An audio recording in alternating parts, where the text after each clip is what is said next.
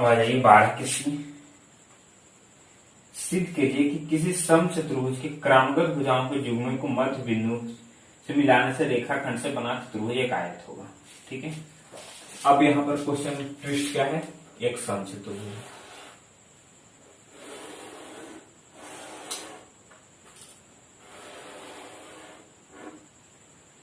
नाम दे दीजिए A B C D, इसके middle point E F G H.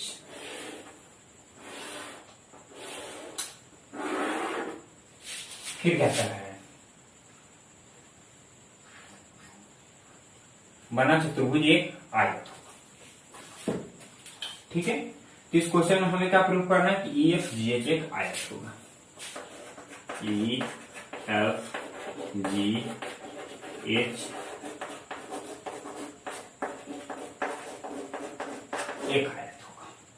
ठीक है, तो कुछ नहीं करना, फिर से वही सेम कॉन्सेप्ट यूज कर देना है।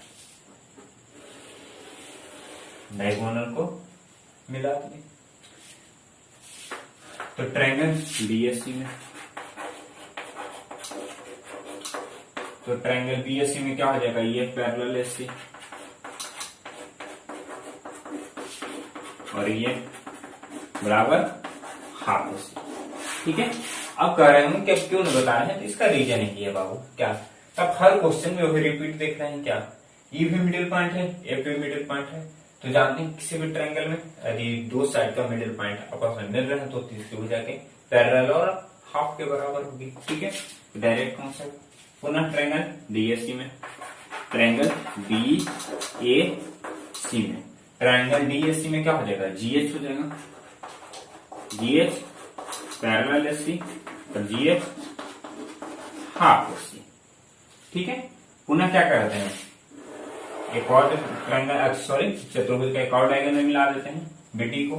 अब पुनः किसमें, ट्रायंगल सीबीडी में, ट्रायंगल सीबीडी में। तो ट्रायंगल सीबीडी में क्या हो जाएगा, GF parallel BD, GF parallel BD और GF equal to half BD. पुनः चलते हैं ट्रायंगल किसमें, डी ए बी में, ट्रायंगल डी ए बी में क्या हो जाएगा, ई एच पैरेलल बीडी और ई एच हाफ बीडी। ठीक है, एबीसीडी क्या है, समचतुर्भुज है, तो चारों साइड क्या हो जाएगा, इसका बराबर हो जाएगा। तो ए बी बराबर बी सी बराबर सी डी, और इसके डायगोनल क्या होंगे, आपस में बराबर। ठीक है, समचतुर्भुज में क्या होता है कि इसके डायगोनल जो है आपस में क्या होते हैं, वो बराबर नहीं होते। ठीक है, तो आपस में बराबर नहीं होंगे तो आ जाइए, यहां पर भी क्या यूज हुआ है, हाफ एसी ना, यहां पर भी हाफ एसी। इसका मतलब क्या हो जाएगा, ये बराबर जीएच। ठीक है, ये किसके बराबर हो जाएगा, जीएच के। ठीक है, क्योंकि आरएचएस बराबर है तो एलएचएस बराबर होगा। यहाँ भी हाफ डी, यहाँ भी हाफ डी ना, तो यहाँ पर क्या निकल जाएगा, जीएफ बराबर ईएच।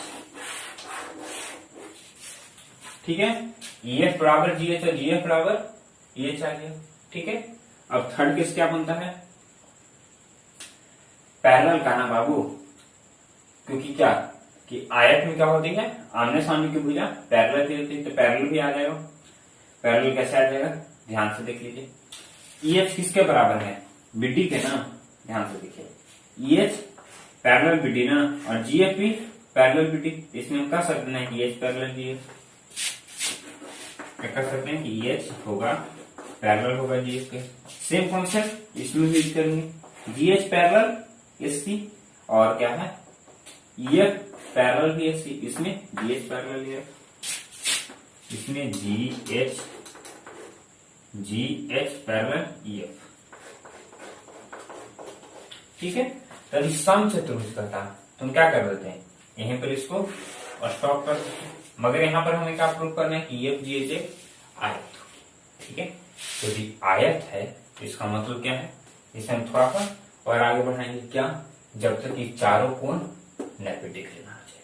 ठीक है, तो चारों को 90 डिग्री लाने के लिए हम क्या करेंगे, एक चीज तो आप जानते हैं कि समचतुर्भुज के डायगोनल आपस में क्या करते हैं, 90 डिग्री पर कट करते हैं। एक क्या हो जाएगा 90 डिग्री, एक क्या हो जाएगा 90 डिग्री, एक क्या हो जाएगा 90 डिग्री, एक क्या हो जाएगा 90 डिग्री। ठीक है, तो इधर का रिमूव कर सकते हैं।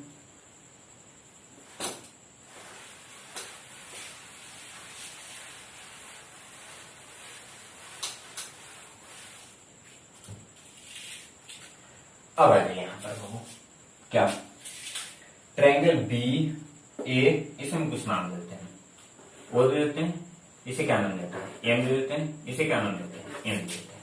ठीक है, तो किसमें चलते हैं, ट्रायंगल बी ए ओ बी, किसमें चलते हैं, ट्रायंगल बी ए ओ बी। ठीक है, तो जैसे हम ट्रायंगल बी ए ओ में चलेंगे तो यहां से हमें क्या मिल जाएगा, ए मिडिल पॉइंट है ना, तो यहां से हम कह सकते हैं क्या बाबू, ईएम जो होगा पैरेलल होगा किसके,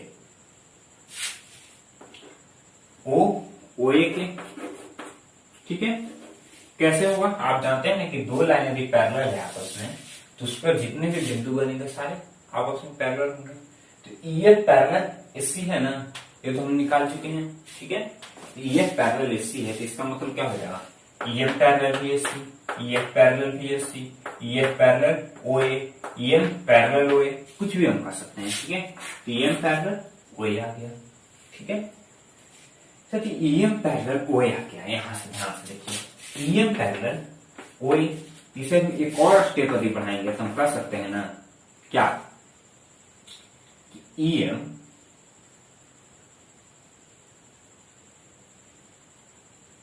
हाँ सॉरी ईएम होगा पैरेलल होगा किसके, ओएन का।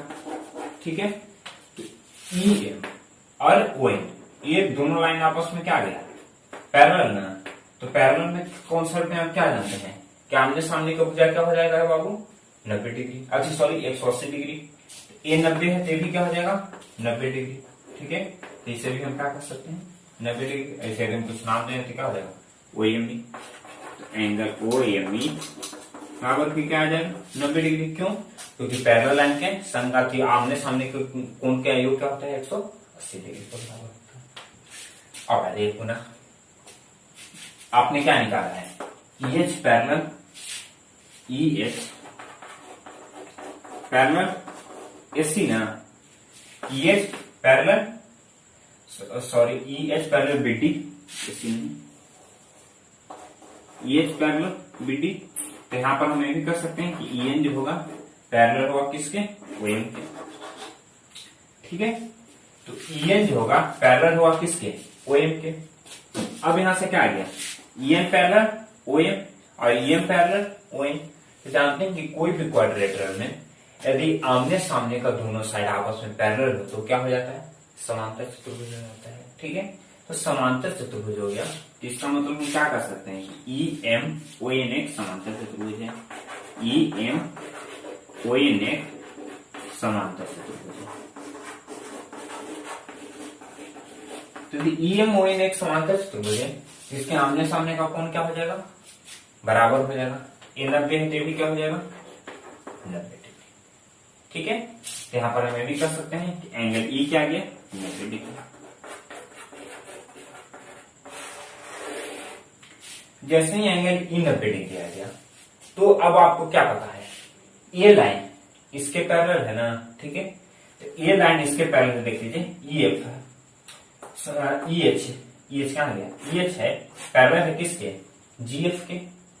ठीक है, तो दो लाइन आपस में पैरेलल तो क्या होगा, आमने सामने का कोण 180 डिग्री, सॉरी बराबर ए 90 है क्या हो जाएगा 90 डिग्री। ठीक है, इसी तरह से क्या है, ए लाइन और ए लाइन भी आपस में पैरेलल है। ठीक है, तो जैसे ही पैरेलल है तो भी क्या हो जाएगा 90 डिग्री, ये भी और ये भी क्या हो जाएगा 90 डिग्री। क्यों, क्योंकि आप जान रहे हैं ना कि यदि दो लाइन पैरेलल है तो उसका आमने सामने का कोण क्या हो जाएगा 180 डिग्री।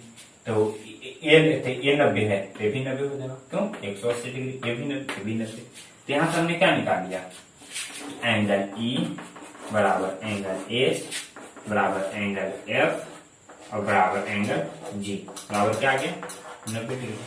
इन तीनों के आधार पर हम कर सकते हैं E F G H A आयत होगा। ठीक है, आई होप आपको क्लियर हो गया।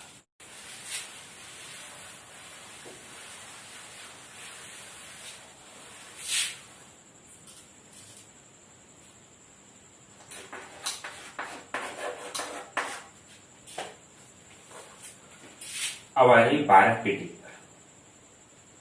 ठीक है, एक चतुर्भुज एबीसीडी के विकर्ण परस्पर लंब है। एक चतुर्भुज एबीसीडी के विकर्ण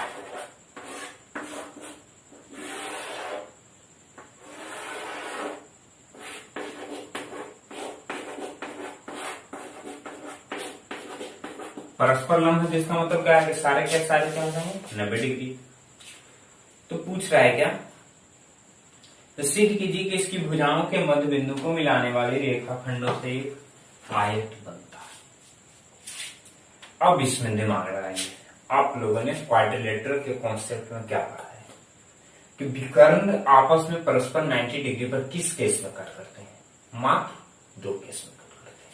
ठीक है, वो कौन कौन होता है? या तो वह चतुर्भुज होगा, वर्ग होगा, या तो वह जो चतुर्भुज बनेगा यानी क्वाड्रिलेटरल बनेगा वो क्या होगा? समचतुर्भुज होगा।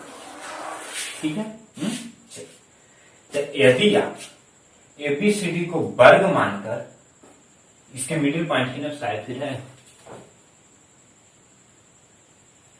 हाँ Q R S P Q R x. ठीक है, पी क्यू आर एस क्या मिडिल पॉइंट है। ठीक है, तो ये क्या होगा? पी क्यू आर एस क्या एक आयत होगा। ये हमें क्या करना है? प्रूव करना है। पी क्यू आर एस का एक आयत। तो यदि आप एबीसीडी को वर्ग मानकर बनाना चाहते हैं, ठीक है, तब क्वेश्चन नंबर 12 का ये देख लीजिए। ठीक है, वहां से आप आराम से बना सकते हैं। कैसे? उसमें क्वेश्चन क्या था कि एबीसीडी एक वर्ग है। ठीक है, तो यहाँ पे क्वेश्चन क्या बन गया आपका? एबीसीडी एक वर्ग है, इसके मिडिल पॉइंट मिलाने से क्या बनेगा? वर्ग बनेगा। ठीक है, यदि कोई भी स्पेस का यानी कोई भी क्वाड्रिलेटरल यदि वो वर्ग है तो आयत अपने आप हो जाएगा। ठीक है, तो यदि वहां से यदि आप वर्ग इसे मान सके तो 12 का ये देख लीजिए, आप आसानी से बता सकते हैं कि पी वाले से आयत कैसे होगा। ठीक है, यदि आप एबीसीडी को समचतुर्भुज मानकर बनाना चाहते हैं तो 12 का सी देख लीजिए। ठीक है, 12 के सी में बताएंगे कि समचतुर्भुज के मिडिल पॉइंट को मिलाने से कैसे आयत बनता है। ठीक है, तो ये आप पर डिपेंड करता है। आप ए से बनाना चाहते हैं, यदि वर्ग से बनाना चाहते हैं तो ए देख लीजिए, और यदि समचतुर्भुज से बनाना चाहते हैं तो सी देख लीजिए। ठीक है, इस क्वेश्चन में और कुछ बताना है। ओके।